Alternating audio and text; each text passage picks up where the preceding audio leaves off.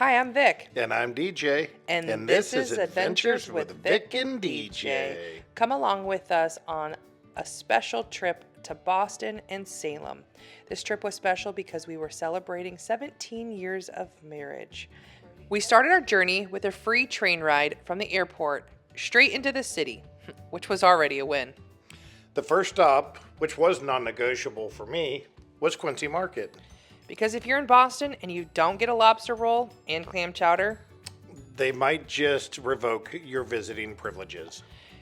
the food and this awesome street performer could have ended our trip right away on a high note, but we still had miles and miles to walk. Speaking of walking, Boston is one of the most walkable cities we've ever been to. So pro tip, make sure you wear comfortable shoes. Also, we did pack light so we didn't have to run to our hotel immediately to drop off bags. After we did eat, we did decide to go back to our hotel, which was about a 30 minutes walking from the city center. As we walked towards our hotel, we noticed an advertisement for Ghost and Gravestone Tour. So that night, that's what we chose to do. At night, under a full moon, which feels like a really important context to this event. It took us through cemeteries, historic streets, some that were beautiful, and some that were unsettling. I think this is where we need to clarify. I am not a fan of the dark. Some would say I'm scared. There were sounds and shadows, and a few moments where DJ suddenly stopped walking. Hey, I was just appreciating the history of where we were standing at that moment. Whatever you gotta tell yourself to make you feel good. But honestly, it was an amazing atmosphere, and it was truly an unforgettable night. And the full moon truly made it even better. The next morning, we followed the iconic red brick trail of the Freedom Trail, which is a 2.5 mile, 16 stop walk through Boston's history. We started at the historic monument of the Battle of Bunker Hill, which took place in 1775 and was a turning point in the American Revolution. Our next stop was the USS Constitution. A few years back, I had the rare opportunity to ride on the Constitution around Boston Harbor. I was excited to show Vic the ship, but unfortunately, the ship was closed due to the U.S. government shutdown. The irony that our government wasn't getting along with each other while standing in a city that 250 years earlier was the forefront of the Revolutionary War was not lost on us. The night of April 18th, 1775, 2 lanterns were hung in the steeple of the Old North Church, signaling that British troops were crossing the Charles River by boat. That simple signal started what was known as the Midnight Ride of Paul Revere and changed the course of American history. We then stopped to eat, and of course we had to get another lobster roll. This time we tried the hot version. We liked both the hot and cold, but we came to the conclusion we want to try a cold lobster on a hot bun, maybe someday. After we had our bellies full, we continued with even more walking. We finished the Freedom Trail at the Boston Commons. Side note, while we did see all 16 famous sites and stop, we did not go inside all of them.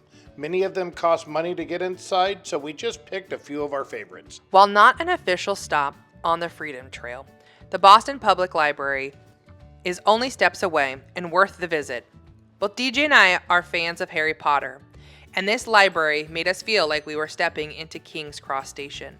We ended our day with a stop at Acorn Street, which is one of the most photographed streets in the United States, and celebrated our 17th wedding anniversary with dinner. We took a day trip to Salem, a town best known for Halloween, witches, and its deep and sometimes dark history. But let's be honest, for a lot of people, Salem is forever tied to the movie Hocus Pocus. We walked all over town, visiting the filming locations from the movie, the streets, the houses, the spots that feel instantly familiar, even if you haven't seen the movie in years. Here's the wild part. We didn't realize it until later that we actually walked past cast members while we were there. We don't have pictures, no proof, just the vibes that we got to see them. You're just going to have to trust us on this one. Salem has a unique mix of spooky, charming, historic, and playful. It embraces its past, its pop culture, and the millions of visitors who come looking for a little bit of magic. Even outside of peak Halloween season, the town still feels festive and full of personality. Keeping on the theme of lobster tails, we had to stop at Mike's Pastry and try a lobster tail.